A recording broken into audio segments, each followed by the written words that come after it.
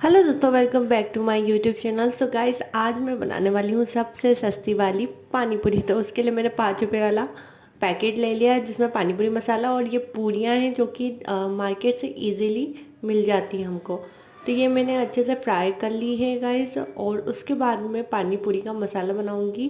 तो ये सारी पूरियाँ मैंने तल ली हैं और इनको ठंडा होने रखते हैं। जब तक हम पानी पूरी का मसाला बना लेते हैं, उसमें मिर्ची, नमक और हमारा पानी पूरी मसाला मिक्स कर देते हैं। और इसको अच्छे से मिक्स करना है गाइस। आप चाहे तो इसमें और भी चीज़ें ऐड कर सकते हैं। और ये हमारी पानी पूरी रेडी है। अगर आपको वीडियो अच्छी लगे, चैनल को सब्सक्राइब